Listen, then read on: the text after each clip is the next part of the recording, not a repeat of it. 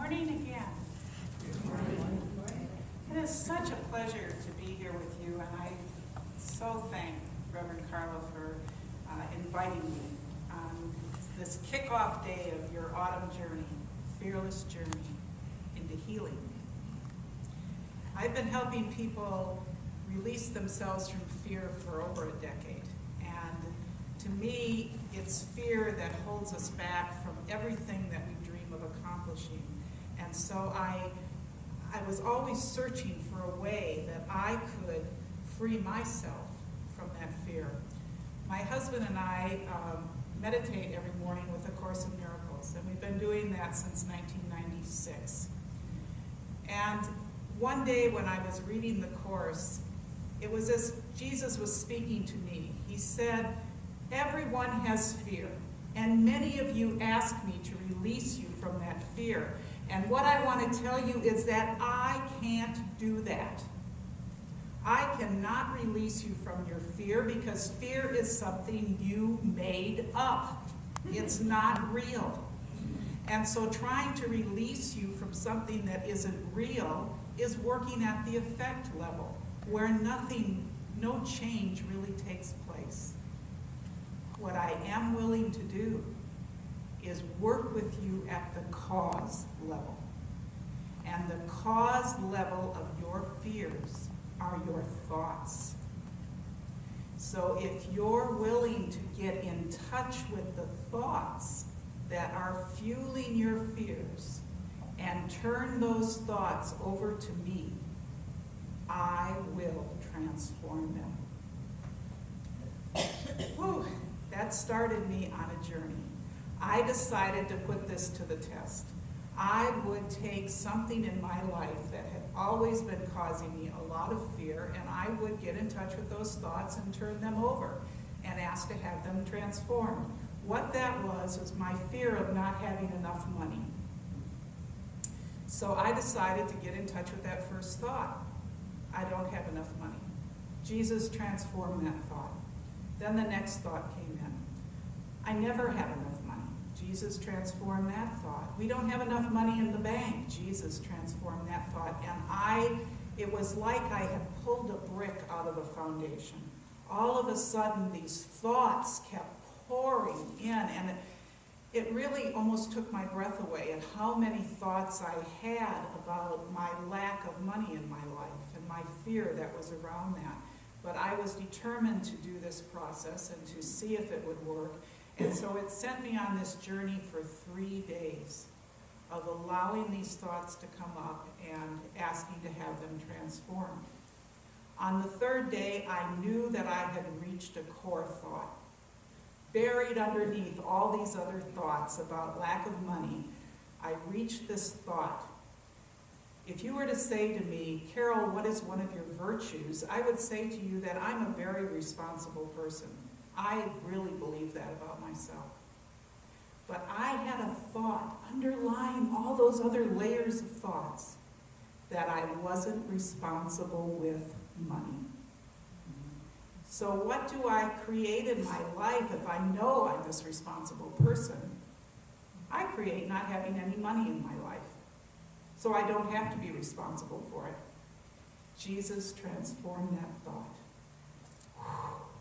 When that thought came up and was transformed, I felt this lightness that I had never experienced before. And that day, a check for $450 magically appeared in our mailbox. We didn't even know this person who had sent the check, and on it was written tithe. I felt so validated in doing this process. So the next day in meditation, Victor says to me, "Boy, I can't wait for the mail to come today. I just know there's going to be money." And this thought went screeching across my consciousness so fast that I didn't even really get in touch with it. But what Jesus says is that there are no idle thoughts. Every thought you have creates. And I had just come out of this 3 days of allowing these thoughts to come up, so I knew I had to call it back. What was that thought? What do you mean? mean money's going to show up in the mail. You know that money doesn't just show up in the mail. Jesus transformed that thought. And that made me realize that there's another level to this process and another, group of thoughts, and what I've come to call rodent thoughts.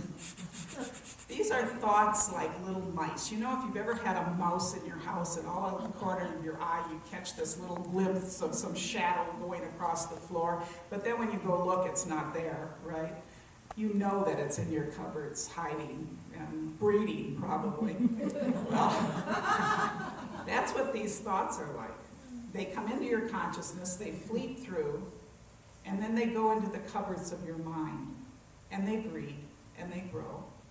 And they start creating your environment. They start creating how you see the world. So it's important that you pay attention to those rodent thoughts, too. And so that takes some vigilance. That takes you paying attention to what's happening as you're transforming these thoughts. You're not transforming them. I want to be clear about that. You're turning them over to be transformed to a higher power. But as you're having the willingness to turn them over, pay attention to those little rodent thoughts too. Now, I have been in Unity for about 15 years, and I was taught that when you have a thought that is limiting you in some way, to cancel it. And I remember as a child actually canceling thoughts that, were maybe bad things or something. So you can do that. And then I've also used affirmations a lot. Affirmations are wonderful. But to me, affirmations are like this beautiful quilt that you put over this rodent. It hasn't been transformed. It's running around under this quilt and probably breeding. And so that's what makes this process a little different than using canceling the thought or affirmations.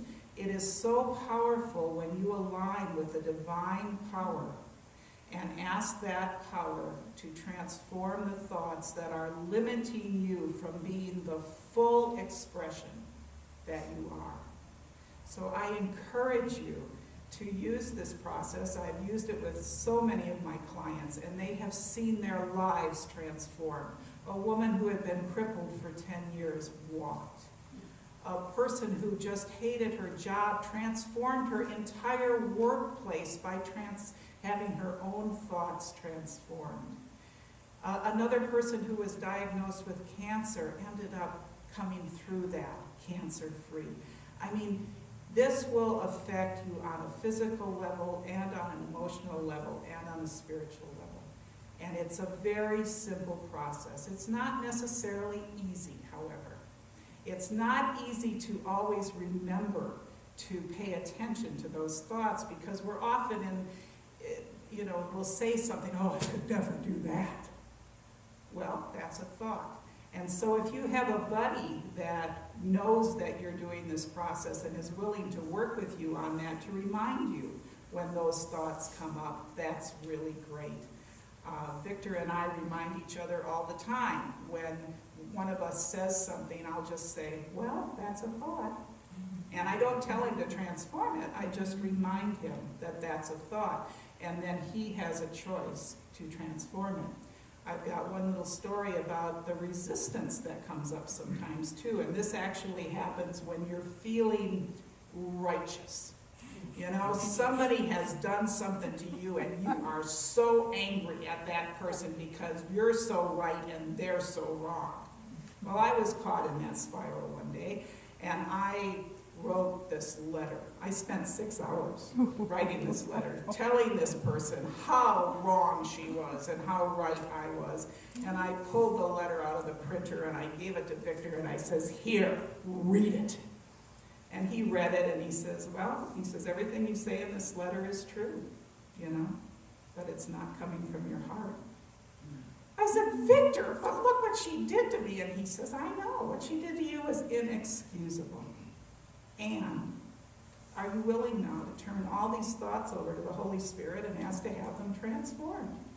And I started crying. I didn't want to give up these thoughts. Darn it, I was right.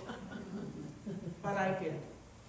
I turned over all the thoughts, the anger thoughts that I had about this woman to the Holy Spirit, and asked to have them transformed. And the next day, by email, I got the most beautiful letter of apology from this woman. And I hadn't written to her or corresponded with her, but it changed the energy between us. You have the power to create the world that you want to create by paying attention to your thoughts and taking every limiting thought that you come up with and turning it over to the Holy Spirit or to Jesus and asking for transformation. This is such a powerful process. So I invite you now to just take a moment and get in touch with a situation perhaps that you have that is limiting you from being your full expression, that is stopping you from doing something that you really want to do. And just get in touch with that situation and allow the thoughts that you have about that to come up. And silently, just turn them over to a divine power and ask for transformation.